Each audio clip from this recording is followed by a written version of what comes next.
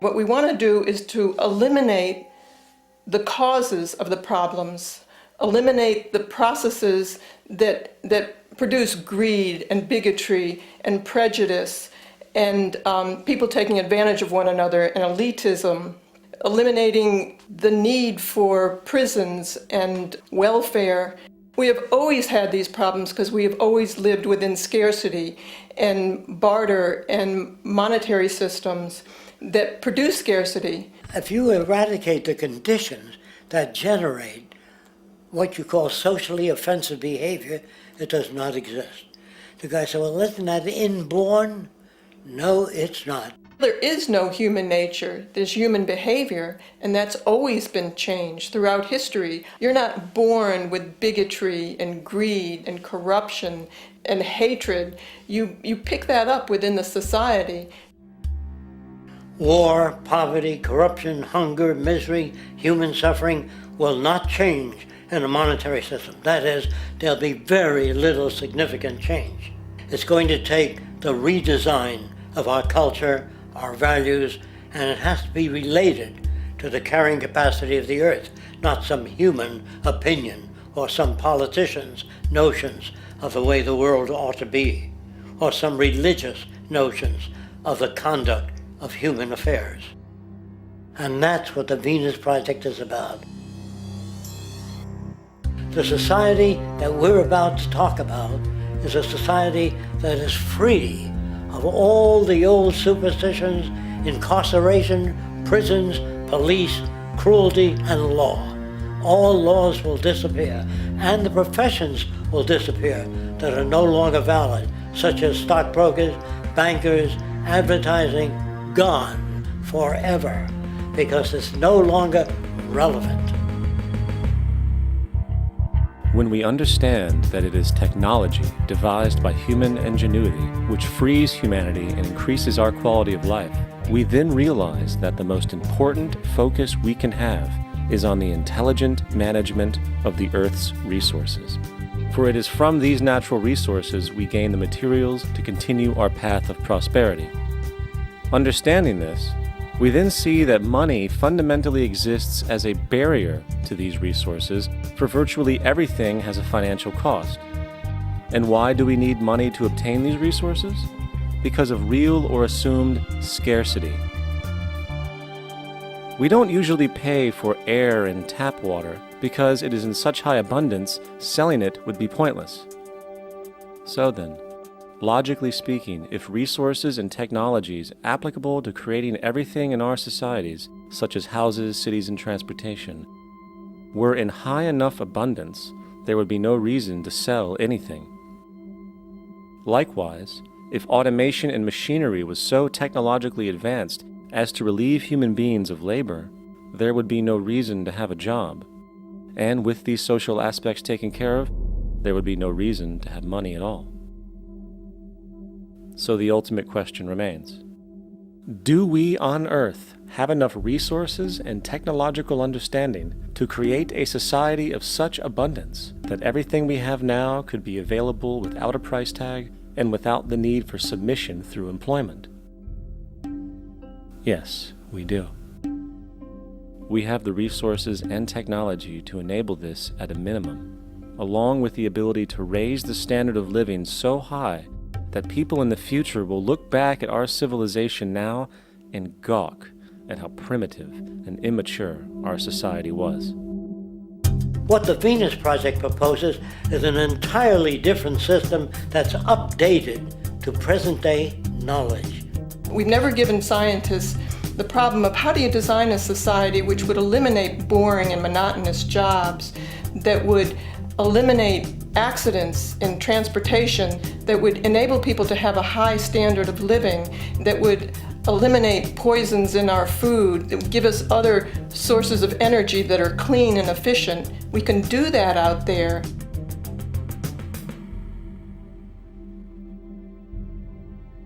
The major difference between a resource-based economy and a monetary system is that a resource-based economy is really concerned with people and their well-being, where a monetary system has become so distorted that the concerns of the people are really secondary, if they're there at all.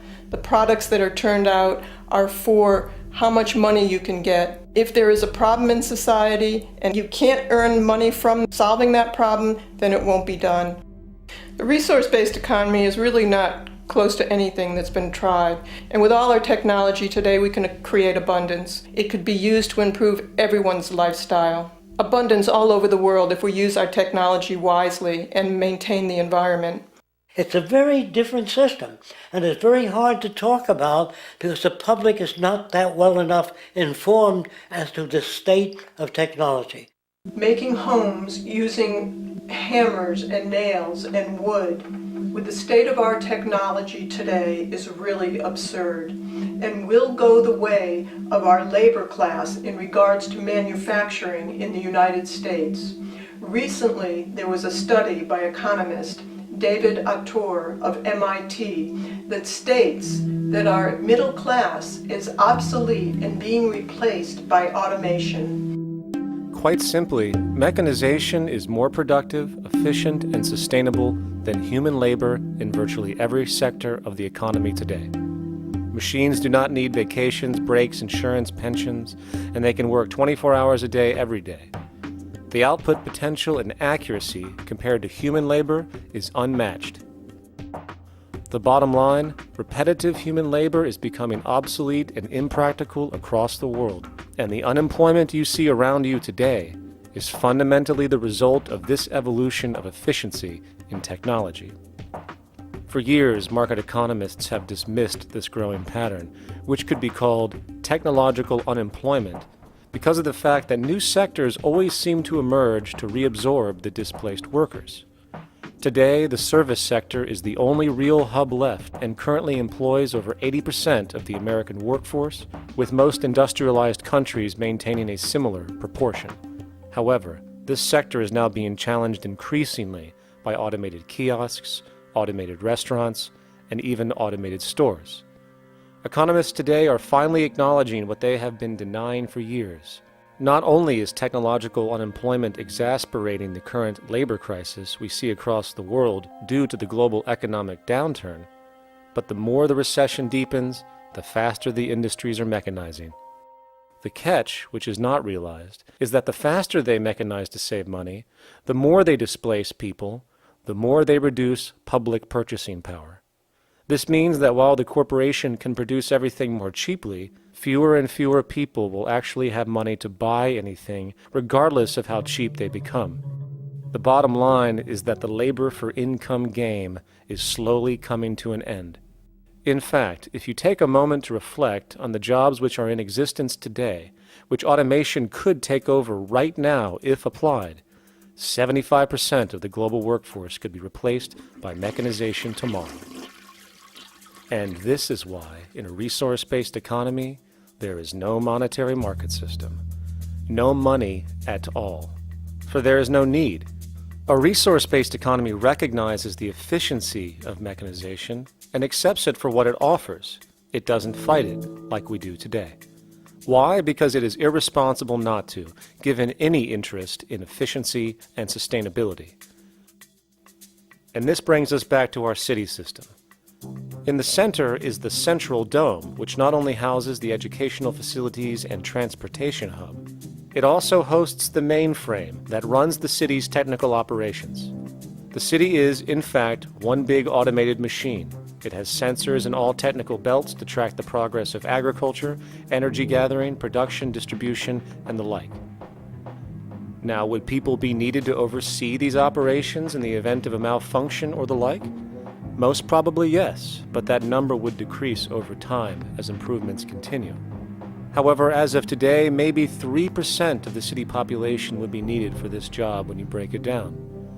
And I can assure you that in an economic system which is actually designed to take care of you and secure your well-being, without you having to submit to a private dictatorship on a daily basis, usually to a job that is either technically unnecessary or socially pointless, while often struggling with debt that doesn't exist just to make ends meet. I guarantee you people will volunteer their time left and right to maintain and improve a system that actually takes care of them. For when it really comes down to what is actually important, the institution of politics, and thus politicians themselves, have absolutely no true relevance as to what makes our world and society function.